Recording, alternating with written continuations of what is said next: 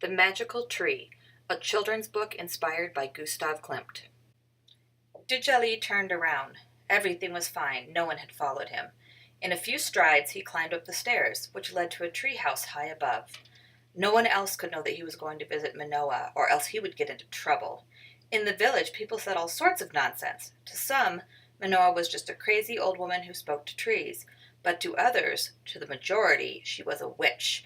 Djali preferred to let them talk and keep his secret. Manoa was at the center of her treehouse. She greeted Djali solemnly. "Today, my boy, I have chosen the box. I believe that you are ready." Usually, Djali would pick out a box randomly among all of the colorful ones that covered the walls of the treehouse. He would extract a seed from it, hand it to Manoa, and the woman would begin her story.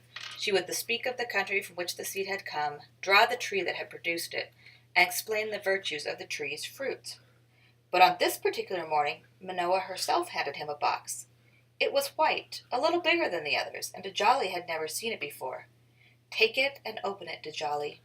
Manoa's voice trembled with emotion. Inside the box there was a seed as big as a fist and as shiny as gold. "How beautiful it is!" cried out Djali. "Where did it come from?" "The seed is a mystery. I found it in the desert, but its tree cannot be found anywhere. The tree exists only in this one and unique seed." "Why have you not planted it then?" asked Djali, intrigued. "As long as the tree is in the seed, it is safe from harm. But as soon as it sprouts, it will become vulnerable. The seed is precious and must be protected. I am too old now. Take it. It's yours. Now you will be the guardian of this unique tree." Year after year, Djali looked after the seed as though it was the most precious of treasures. He knew the old lady had spoken the truth. It was certainly easier to look after a seed than after a whole tree. But the day to plant the seed was coming, and Djali had to prepare. He tamed a falcon and trained it to hunt the animals that would come close to the tree. When the bird was ready, Djali began a journey to find his seed a home. He moved away from his village and went beyond the mountains. He felt the unique tree should be protected from the curiosity of people. After many long weeks of walking, Djali arrived in an isolated valley crossed by a small stream. It was a perfect spot. Djali knelt down and began digging slowly into the ground. He was thinking of Manoa, whose time on earth had ended. He would be worthy of her trust. His hands shaking, Djali placed the seed into the ground, gently covered it, and then nourished it with clear water from the stream. From this moment on, the man and the falcon would look after the precious seed night and day. The tree grew in an extraordinary manner. After a few weeks, a large and solid trunk appeared. Then a single branch grew out of the trunk, a very long branch from which sprouted many delicate spiraling branchlets. After 7 years and 7 branches, the tree stopped growing. Then its first fruit appeared. It was black and white, and it looked like an eye. When the fruit seemed ripe, Djali picked it. He opened it carefully to look for a seed. But in this type of fruit he could find neither seed nor core, only flesh, which was juicy and fragrant. The guardian of the tree hesitated, and then took the fruit to his mouth. The flavor was exquisite. That night Djali ate nothing else and fell into a deep, deep sleep. Just before dawn, Djali woke up with a start.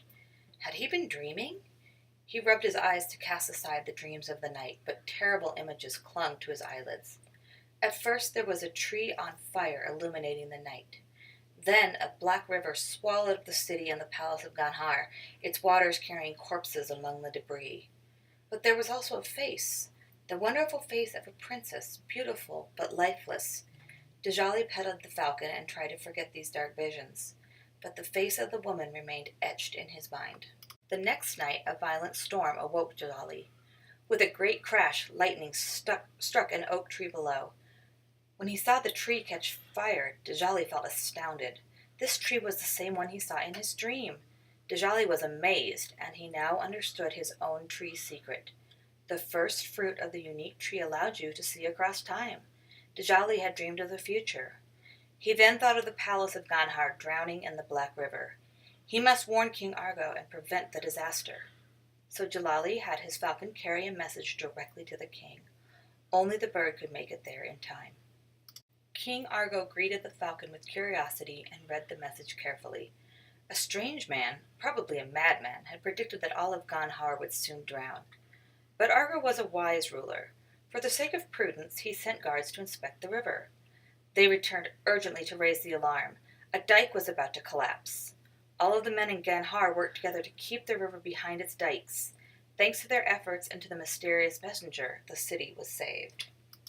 The king now knew that the falcon's master was no madman. But who was he? Argo wanted to find out.